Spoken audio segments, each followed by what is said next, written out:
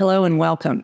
My name's Lenora M. Jeffcoat. I am a proud Winthrop University alumnus, class of 2001, with degrees in organ performance from Dr. David Lowry. We recorded this interview in February of 2024. We're quite excited to have discussed with Dr. Lowry the many facets of his wonderful and storied career. And a lot of that we wanted to share with you in the Winthrop University archives. I'm particularly indebted to my fellow Winthrop alums, Shirley Fishburne and Debbie Bagwell-Bauer, also organ students of Dr. Lowry's, and also to the wonderful IT folks here at Shandon Methodist Church here in Columbia, South Carolina. We hope you enjoy these interviews, and may Winthrop ever stand. We're very, very excited to hear what you have to share with us. At the outset, I wanted you to just talk with us a bit about your formative years. When did you get started? When did you know that the organ would be your chosen profession? Just start at the beginning and maybe take us from your childhood on through to Baldwin Wallace and how that was important in your music study. Well, when I was in Oak Hill, West Virginia, after the Second World War, we lived in New York during the war and then went back to West Virginia. At the Presbyterian Church, a very nice lady who played the grandma's parlor organ there. In second grade, I would always walk up to the pump organ and watch her play the post flute. And so it was later in the second grade that I started piano lessons, which was right down the street from our house at the Episcopal Church, where the piano teacher used the parish hall there for a teaching studio. So it was all very convenient. Long story short, by the seventh grade, we had moved to Asheville, North Carolina, and I got a really good piano teacher there who made me blossom on a number of things about playing the piano and playing the scales in every key and all that. Eighth grade, I started taking organ lessons next door to my junior high school at First Baptist, where I was introduced to this big Pilcher organ. That went okay, but there was a new Aeolian Skinner that had just been installed at First Presbyterian, and that teacher at First Baptist said, "You need to go uptown to First Pres." And got in Lofquist, who made, first of all, he made me put my shoes on. And I had to do pedal exercises. And so everything started working very well there. The other interesting thing about Asheville was in my senior year, when I didn't have to, the only thing I had to take was English. And so I volunteered to take first year Latin and typing. Thank goodness, because I could still type like a fury without looking at the keyboard. I got hired by an organ company who was rebuilding the Central Methodist organ. So I learned all about tuning pipes, fixing reed pipes, re-leathering pouches, the tuning the whole bit. And then the Aeolian Skinner was right across the street at First Presbyterian. So when I was through working 2 or 3 hours every afternoon for the organ company, I would walk across the street to the Skinner and practice. Meanwhile, I had done all sorts of things in junior high. I substituted for the band director at the junior high school because she was out with ear surgery. And at that point, I was playing oboe. And these teeth and the oboe reed did not get along at all. But I had to take, for about 6 weeks, I was conducting the band rehearsal every day because she wasn't there and there was nobody else in town that could do it. So there I was with my classmates, making them play in time and in tune. But I switched to trombone. That didn't work with these teeth either. So I did switch eventually to tuba, which in those days was a sousaphone. After the war, schools couldn't afford to go out and buy good tubas. But so I had to be at football games every Friday night in sub-freezing weather. I swore in my junior year I'd never go to a football game again, and I haven't. But I did win first chair all-state band on playing tuba, the sousaphones. And in those days, there were no interstates to get from Asheville to Chapel Hill. Nevertheless, lots of ensemble stuff was taking place. There was a daughter of a Congregationalist minister in Asheville who was a voice major at Baltimore, and she came down. I knew the minister, and he got me to play piano for her to sing some things in some sort of a thing at the Congregational church. And she gave me a big lecture about why I needed to go to Baltimore. The famous name Will O. Headley, who was in Syracuse for years. He'd just gotten out of the Army, and he was from Asheville.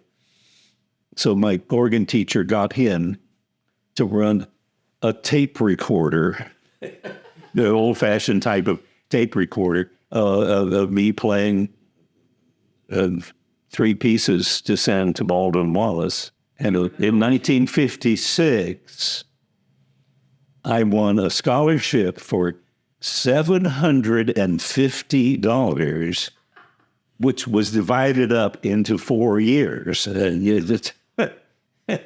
It didn't cost much to go to college in the 1950s, let me tell you. So I got to Cleveland at Baldwin Wallace. BW was a great experience. One, that's the home of the oldest Bach festival in the United States. So I learned how to sing bass in all of the major works and cantatas, and listen to lots of Bach things going on. And the teacher that I had from sophomore year to senior, Warren Berriman, was terrific. Played recitals. I got a job at one of the Episcopal churches in Cleveland on a C3 Hammond. But the priest was a good baritone, and he always sang in the offertory anthem every Sunday in the choir of 8 or 9 people. So I've learned a lot about all that. He told me, he said, I don't care that you're a Presbyterian, but you have to come to confirmation class so you can be sure that you're saying the right things to the junior choir. Yeah. Well, at the end of confirmation classes, I was standing in front of the bishop getting confirmed as an Episcopalian. Been there ever since. But the big thing for me, really, about not just BW, but being in Cleveland, was that I somehow or another got somebody urged me to do this, and I did it. I had a season ticket to the Cleveland Orchestra every Saturday night that they played. And that was George Sell and Robert Shaw. And I learned more sitting in Severance Hall than I did in any class in college. It was a fantastic experience, me being there. And it was a long bus ride to get from Severance Hall downtown and then down to Berea. But it's not that way now. You can go on a train, but you couldn't then. At Old Stone Church downtown, but I did take some organ lessons with the organist there during the summers, and was a big molar. He got Charlotte Garden to come play a recital, and I just fell in love with Charlotte Garden. She was terrific. I played a piece for her and at the end of master class, and I thought, oh, this is worth going to New York, to Union Seminary, to have her as a teacher. And that worked out very well. And then, right, it turned out that I was invited to play a recital at the St. Thomas Fifth Avenue in the spring of that first year in Union. What year was that? That would have been 61. spring of 61. And she was the West Point Cadet Chapel Choir sang before Evensong that. They sang Evensong that day, and I played the recital for 30 minutes before that. And I remember that I played the Deus Tuor Militum of Sowerby, which was a brand new piece in those days. And Fred Swan played it, and Alec Whiten played it. What I didn't know was, I was very proud to have learned the piece, and it was perfect for that organ. Charlie Garden was sitting in the back pew. What I didn't know was that Francis Jackson was in town, and he was visiting Alec Whiten at the cathedral.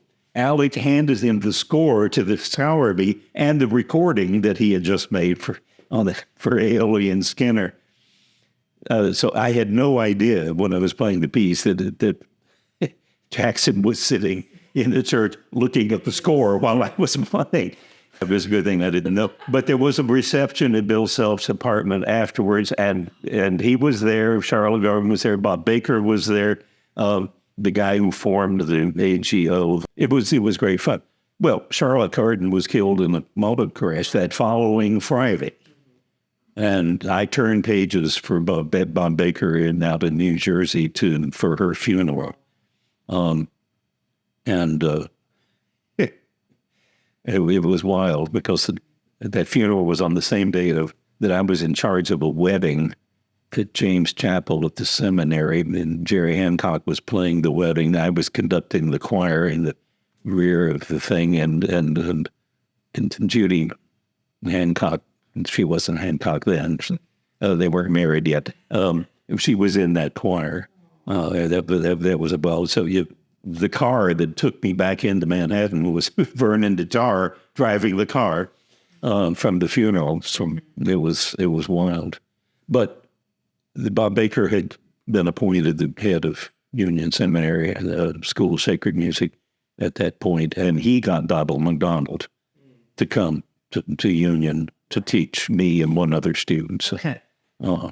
So I finished there. One of the things that Charlotte said to me during the spring, before all of the, it was sort of mid-spring, we were standing out on the street between seminary and Riverside Church. She had just been in Riverside Church asking Fred Swan about some lighting fixtures that she was concerned about at her church in New Jersey. And he was showing her some things, and she came back out and said she had learned something. And then she gave me a little bit of a lecture and said that you need to stay here in the city. There is a future for you here, and that sort of thing.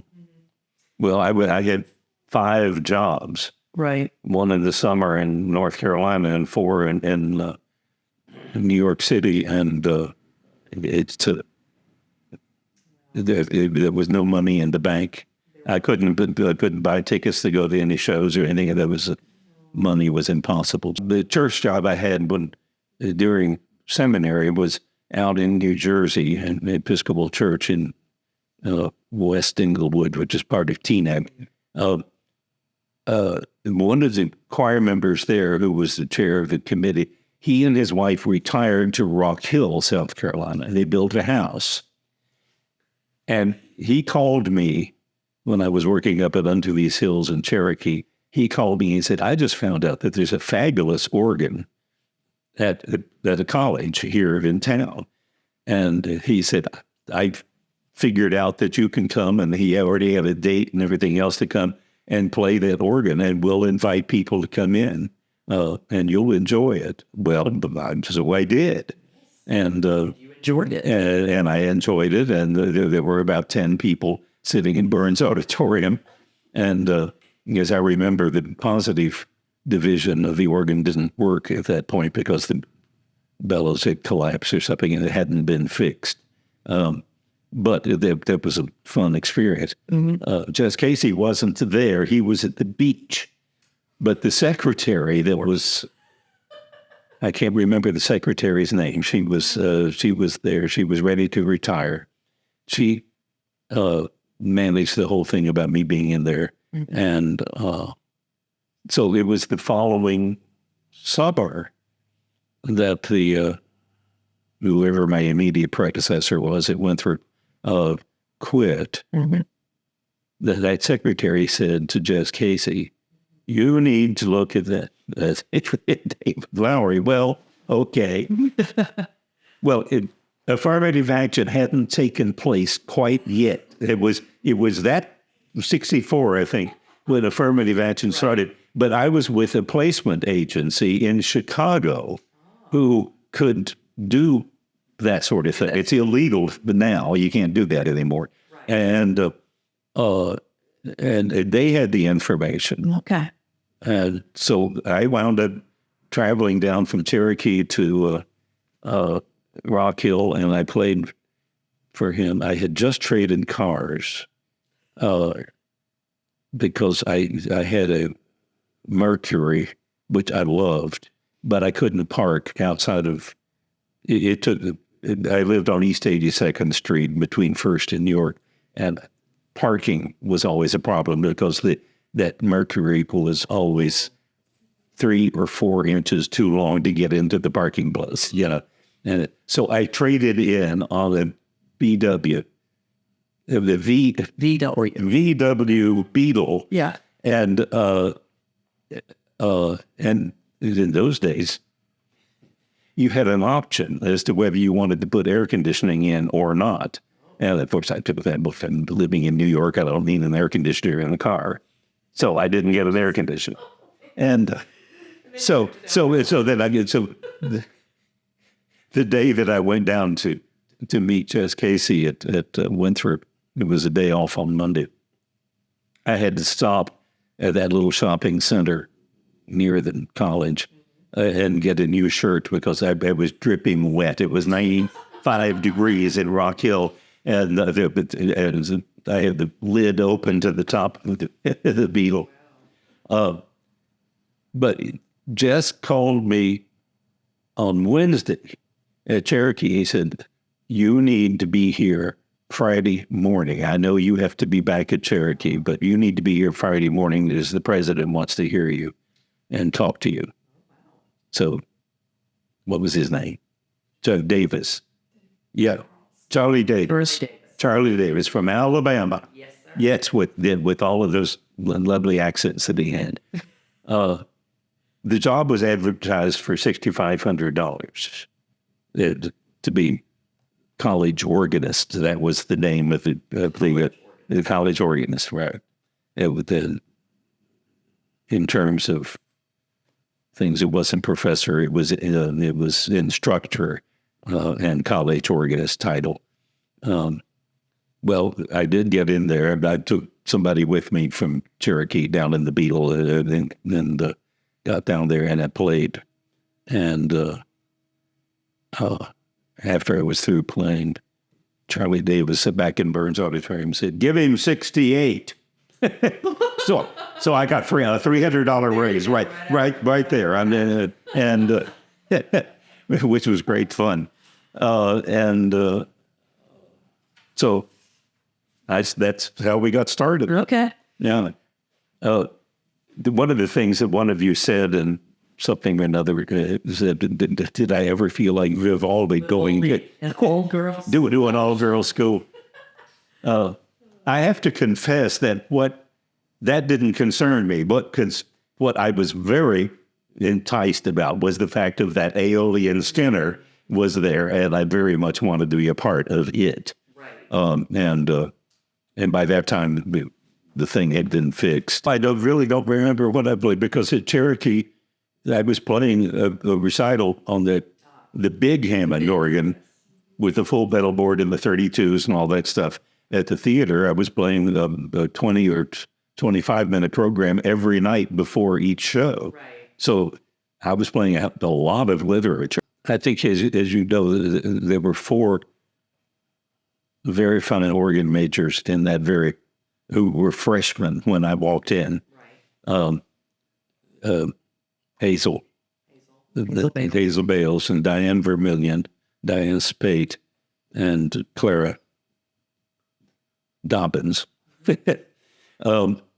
were all there, and they all started working very hard, very quickly. And there were a couple, but Janet Bowman's sister, Phyllis, was a junior at that point. Okay. So I had to see her for a junior and a senior recital. There's a list down here. I won't need to look at it, but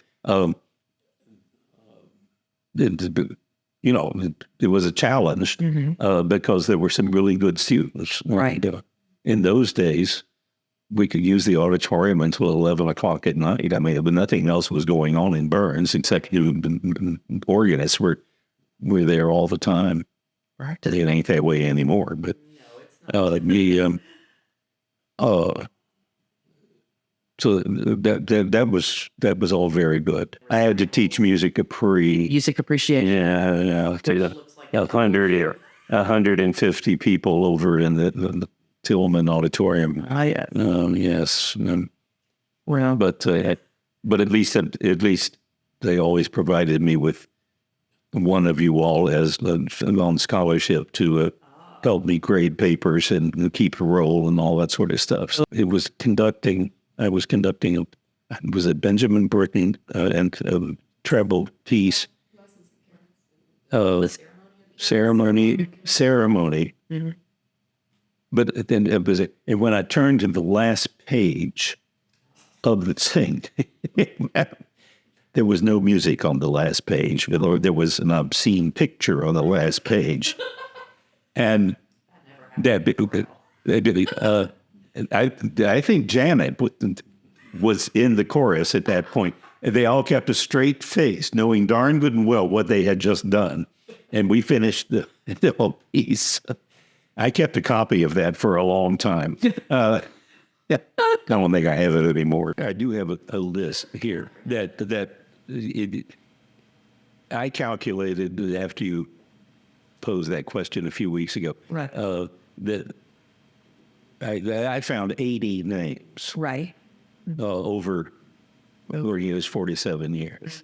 Now, whether they were majors or minors, I didn't try to divide that. What is really, and I'm very proud of the fact that good 35 to 40 of them have gone to major jobs around the United States. Now, not all of them are Winthrop students because I'm the one who got John Chapel Stowe going as an organist, and he became head honcho of a university. The significant change in my approach to how to play the organ happened when in 1967, when I went to Haarlem and Holland on the Bavo-Kerk organ.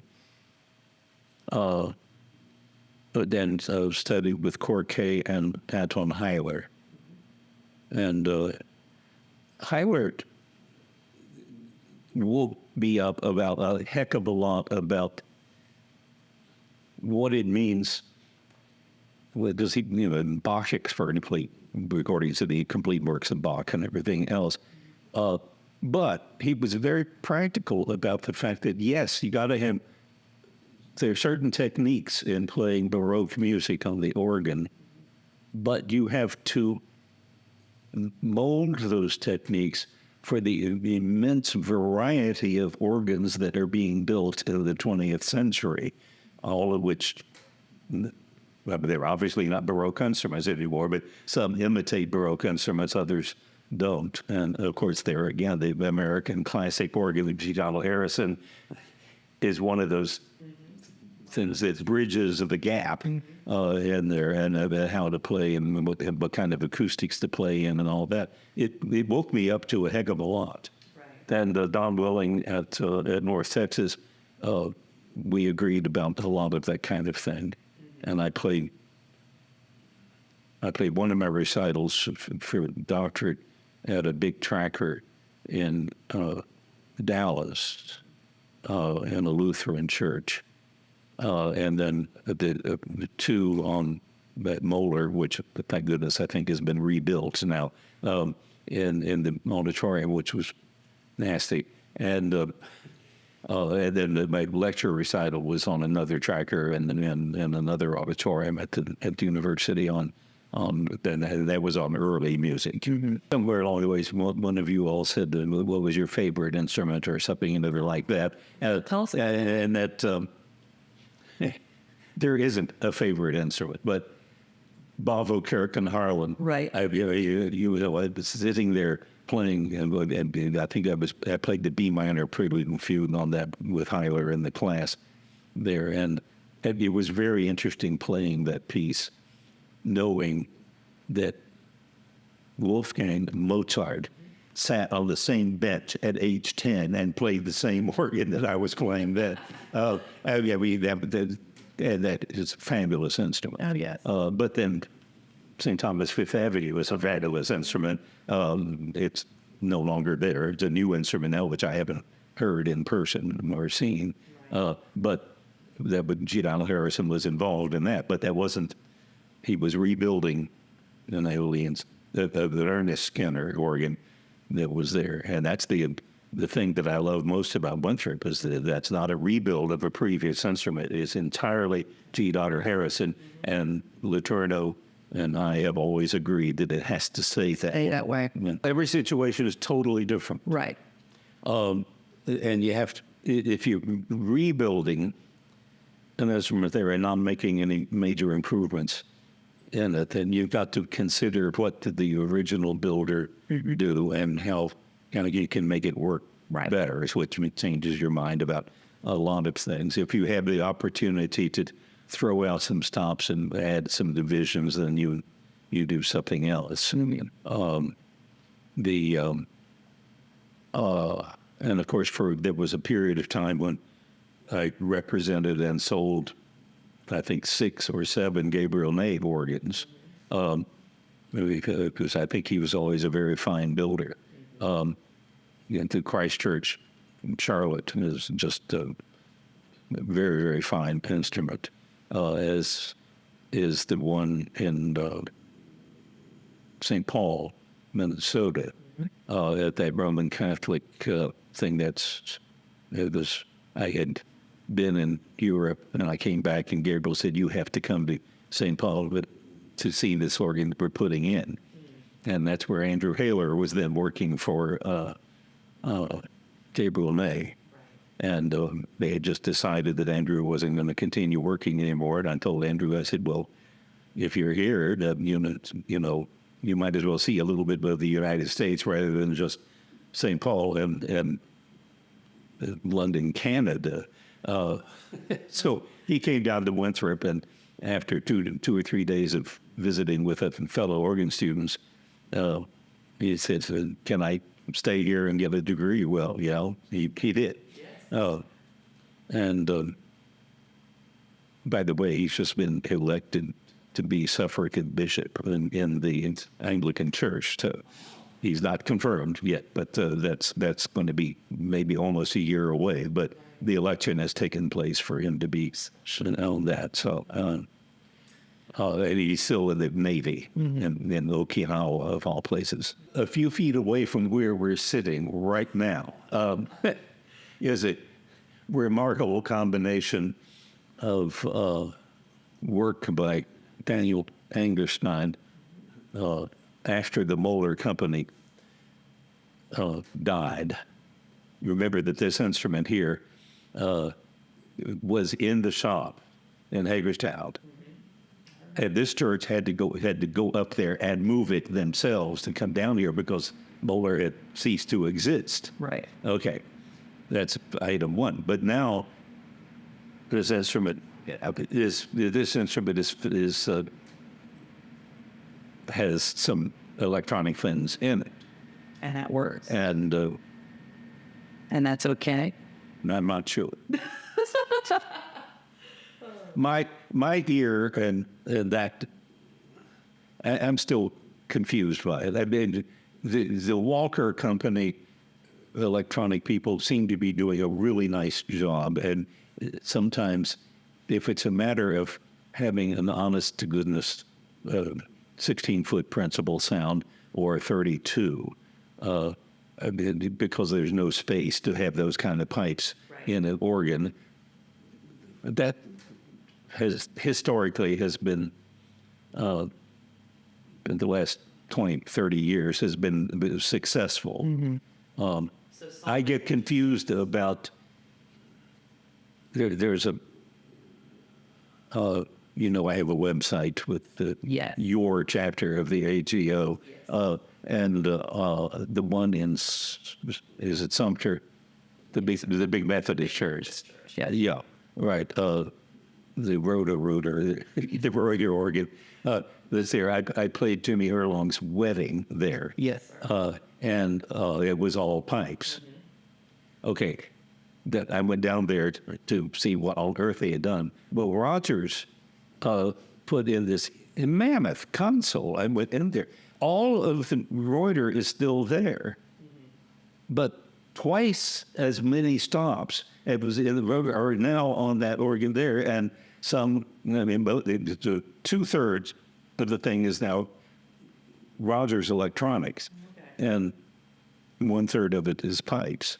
And it was very confusing. Some of the sounds, I thought, oh God, never, ever use that sound. It's just wind-blown pipes still make the best sound. Yes. That was 1955. Right. When he was there, and I didn't think the job was 6 and 5. Gotcha. But then, of course, we hosted piles of first-class people all the way through this. Right. Who were some of those people? Well, Simon Preston, but Anton Heiler, and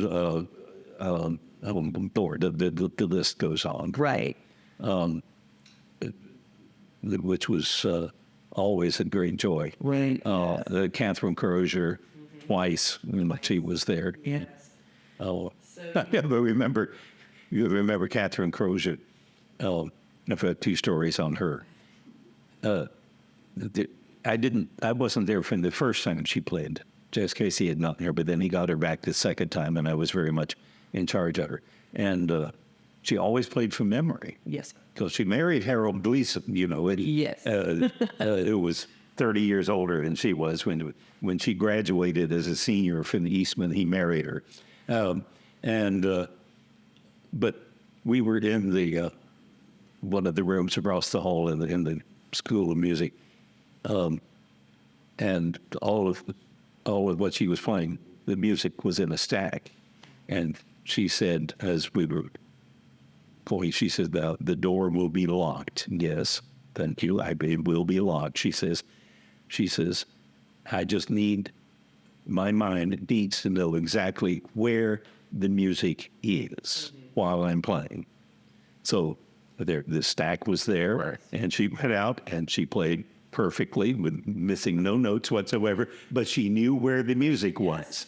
That was really important. The other Catherine Crozier thing that was great fun for me was in Haarlem, Holland, on the Waterkerk. She was playing a recital while I was there, and she had 2 people up there pulling all the stops, right? Not turning pages, although she did have the music on the rack so that the stop pullers knew where she wanted things and how it was marked.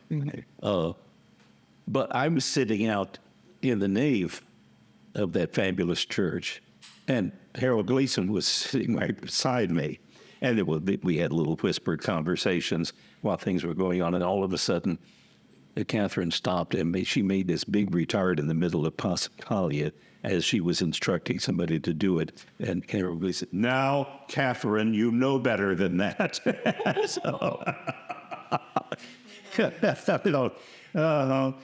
She never wins. Oh, goodness. Oh, dear. But yes, having great artists coming into the organ at Winthrop has always been great. Well, without getting into too much of why it's in the state it's in, talk to us about ongoing care. What are your concerns for the instrument? What would you advise the leaders of Winthrop to do as far as caring for the instrument moving forward? What would be what would be an outline for proper care of such a historic instrument moving forward and preserving it? It's the only open metal 32-foot stop in South Carolina. I mean, bottom C is still there. It goes up 26 feet or so, and that goes this way to get to 32. It's there. It's still in the chamber. It's quite thrilling to see. Yeah. That was something I'm sure you've got. There ain't another one in South Carolina. No, there's some electronics, but not an open 32. And Steve, who's in New Orleans? Blackman. Yes. But names aren't coming up. The famous avenue in New Orleans, the Presbyterian. The big Presbyterian. Yeah, the big Presbyterian church. Well, the Torno is building a new organ for him. Okay. That should be coming in next year, I think. And since Lutorno did the restoration at Winthrop back in 2007 or whatever it was, it's worked out very well for him to do the New Orleans thing. And one of the big thrills was that he made one change to what Lutorno wanted to do. He said, because of Winthrop, I want the 32-foot reed to be in the swell box. And Lutorno agreed, and so the 32-foot reed is going in the swell box, which I think is one of the genius things about Gene Allen Harrison's Winthrop instrument, is that in that room, in those acoustics, and with the sound that the thing makes, having that 32 inside the swell box, you can do all sorts of combinations that you can't do if he were a bombard sitting there. Right. He was in the first class of men when we went co-ed. Yes. And he came to evensong that I made my service playing class do over in the no longer existing Episcopal Chapel off campus behind Oakland Avenue Press. And he came over. He's from Sheraw, in Methodist background, and he stood there.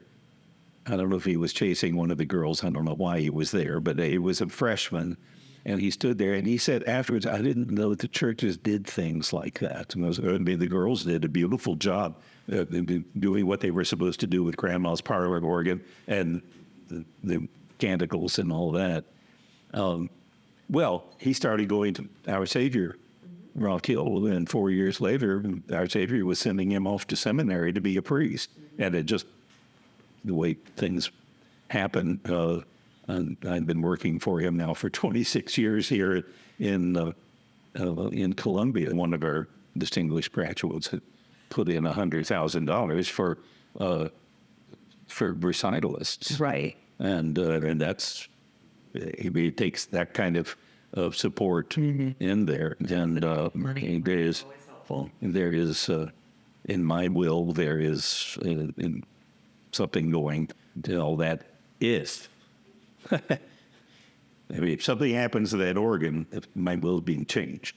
But it's got to be that kind of thing. But I think nationally, there's not enough recognition about the thing. I've joined a couple of Facebook organ things in G. W. Harrison discussion rooms and all that sort of stuff.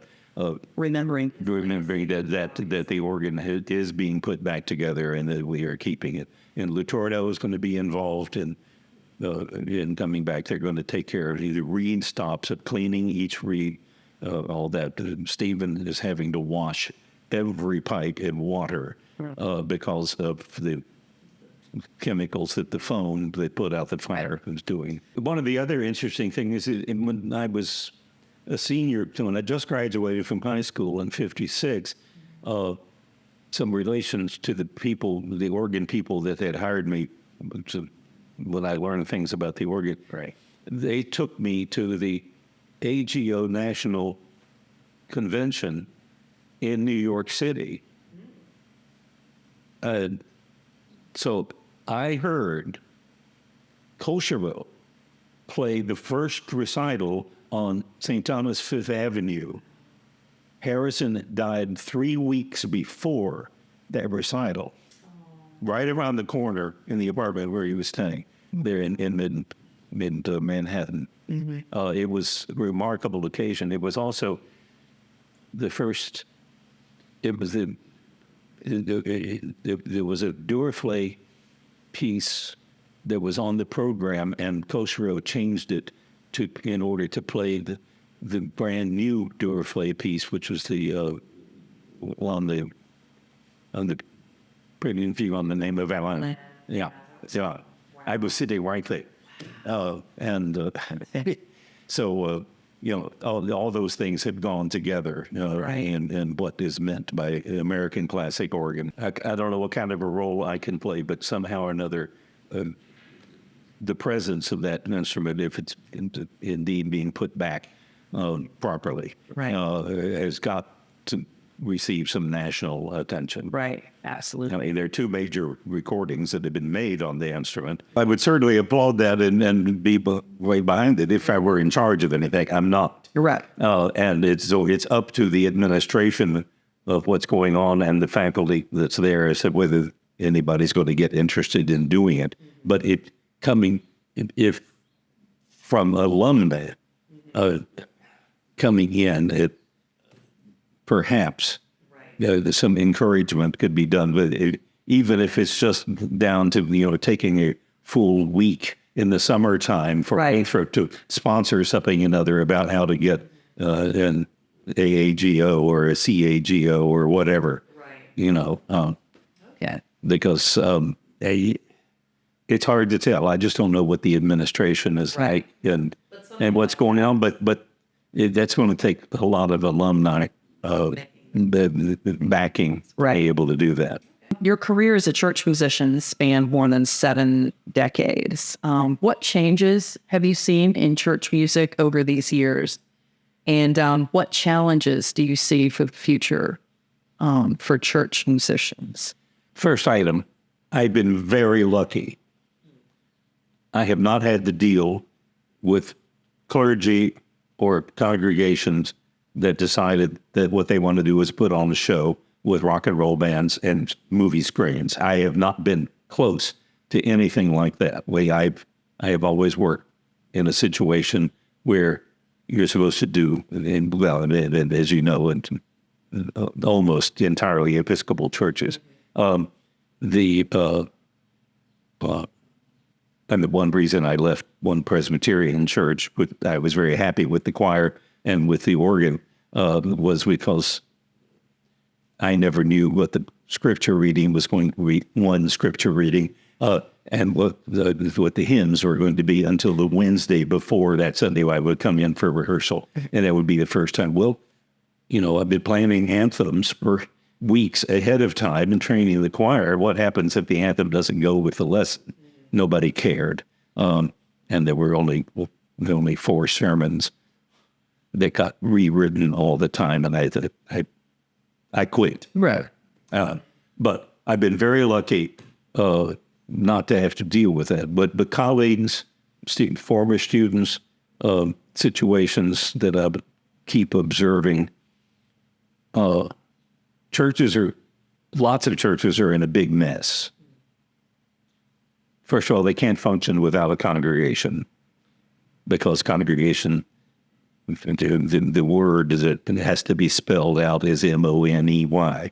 If you ain't got money, you can't do it. And so you got to have a congregation that is going to produce the money to make it work. To heck with being religious. Let's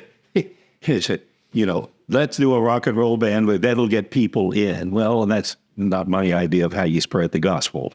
And I am not on board with all of that. The trouble about my having been in the seminary was I had to go to the same classes that the seminarians had to go to. And sometimes I think I knew more about the Bible than I ever wanted to know, and maybe I know too much. So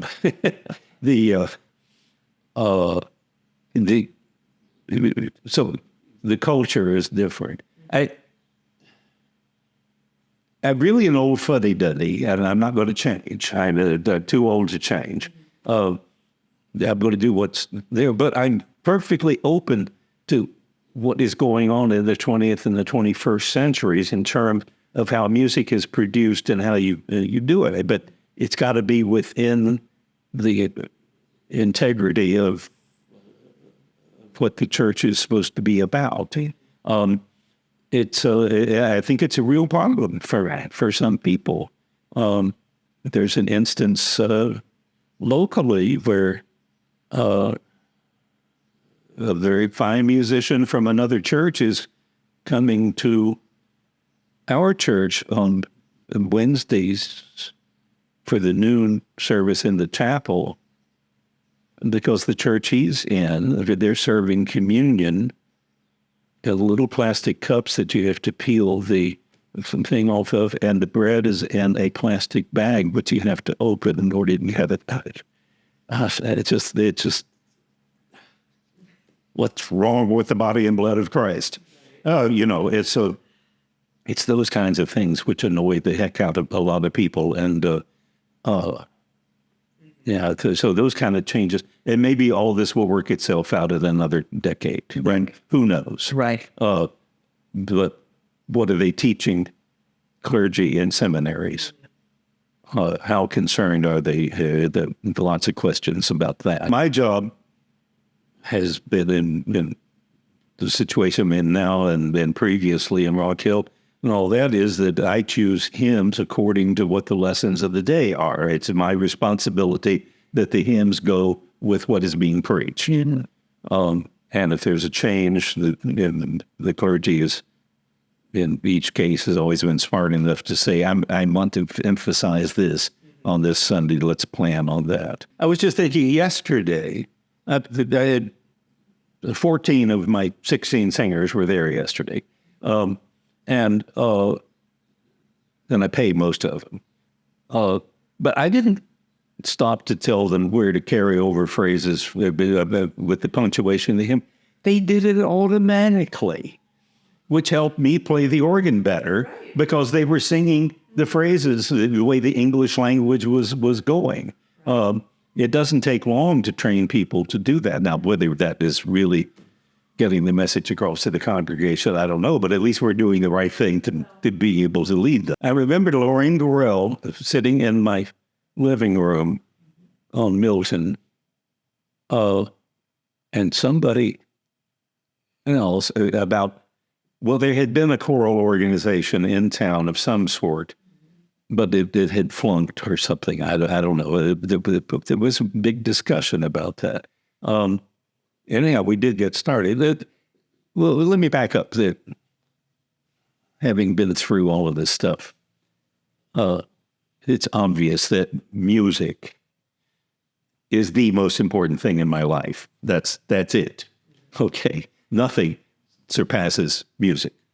You can put the word love in there anywhere you want to put it, but I'm married to music.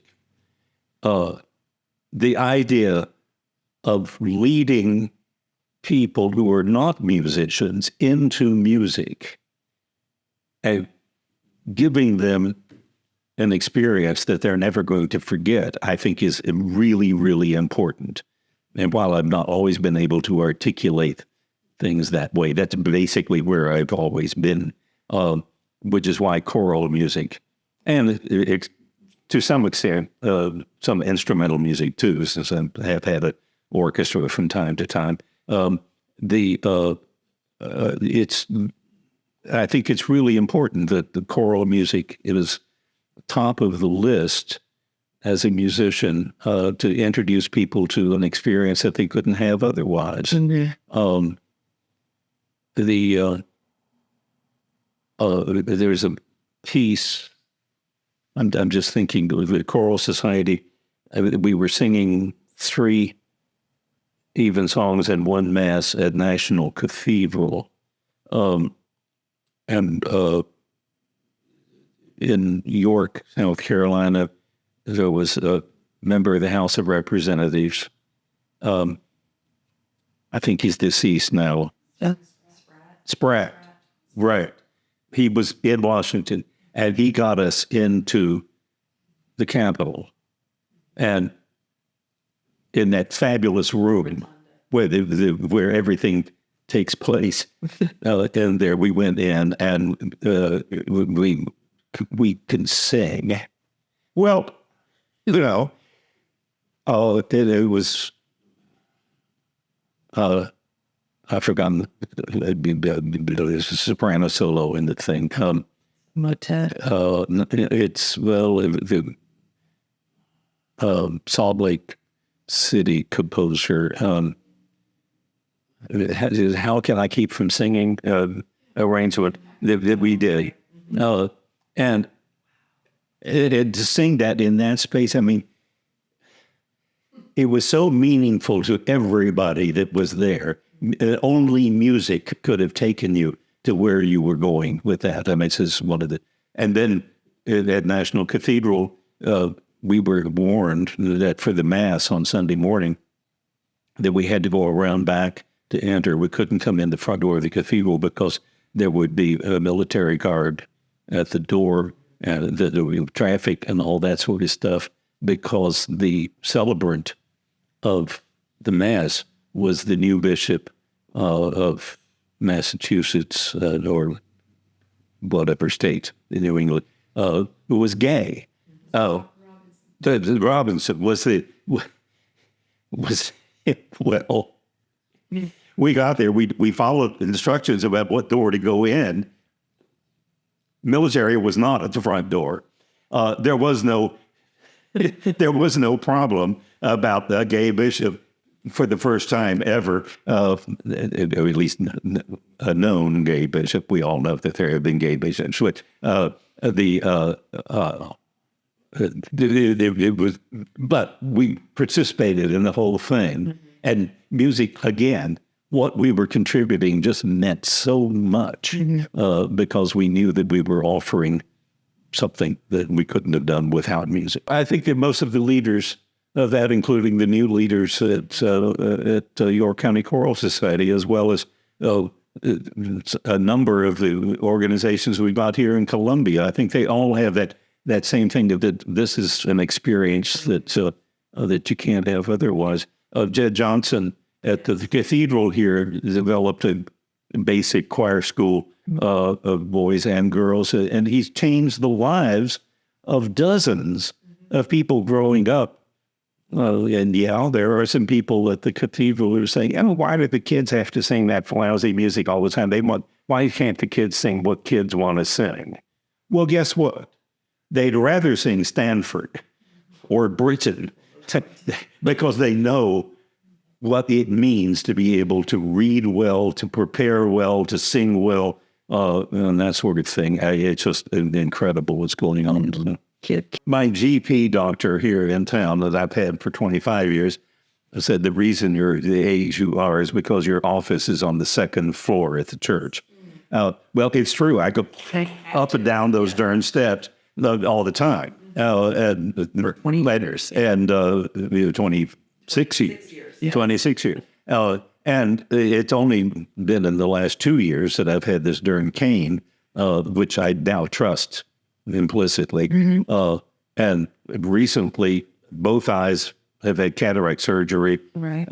I can now, for the first time ever at 86 years, the lens that he put inside my eyes, I can see the music on the rack absolutely perfectly. Mm-hmm.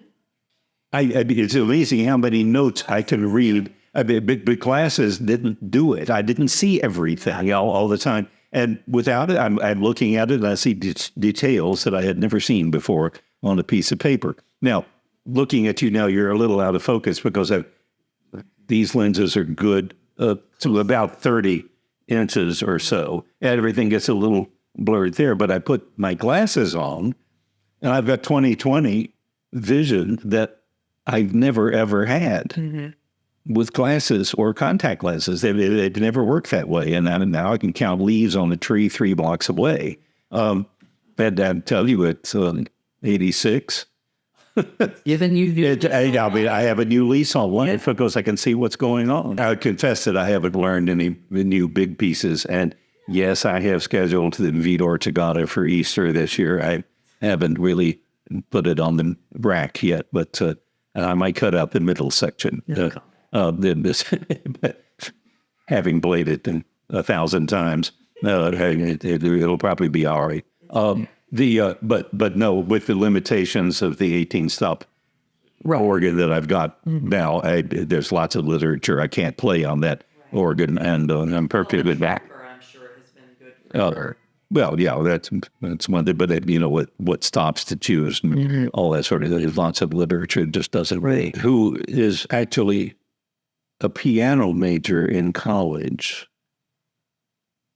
But there's just so many things that he's right at, I think he's about to turn 19.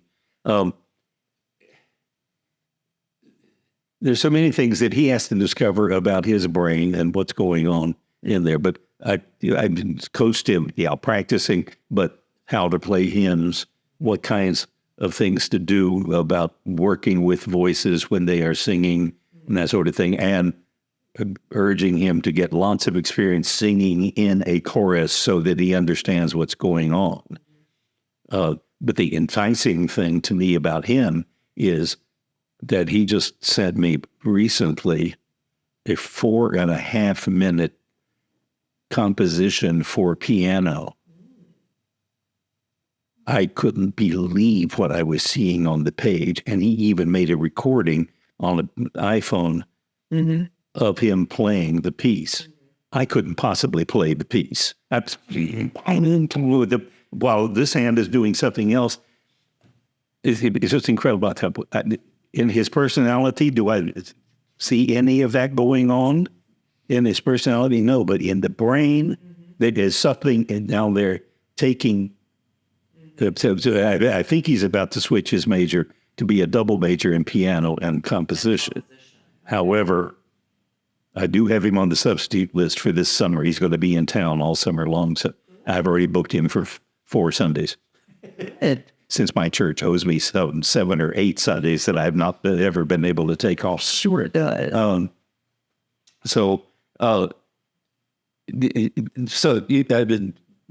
think it's just like teaching any organ student. Everyone is different. There's no similarity between the two of you about how to play the organ. I mean, you've had to go a different route in order to get to where you are and what you're doing, because the brain is totally different. It's so each individual has to be find a way to express what's going on inside differently. I don't know that I haven't had to lecture anything about what the future of a church organist is or why you should become one. I have some acquaintances here in town who will sometimes, on the subject of music, bring up subjects I have no idea what they're talking about. Because they're out listening to something.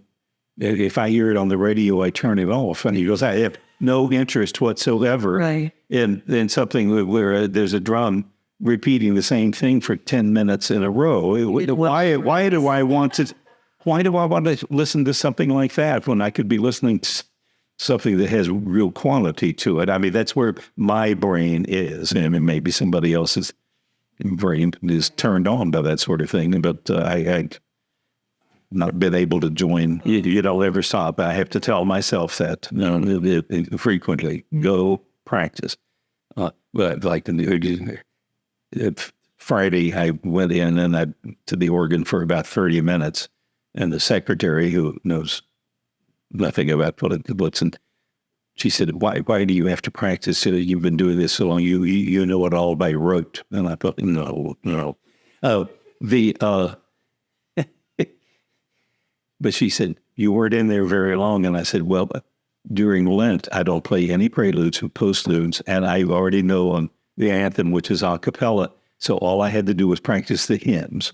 And but I still have to practice the ends. That's right. I'm right. And mark what phrases have to be carried over, and what a registration I'm going to change, and so forth. So yeah, that's really important, right? Just keeping up practice. Keeping up going. Sorry, how did you phrase the question? No, just anything.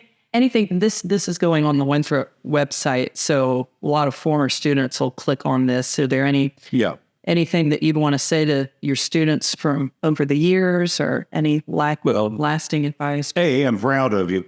If you're sticking with the profession and you're practicing and you're getting the job done, I am very proud of you. And that's what I intended for you to do. Keep it up.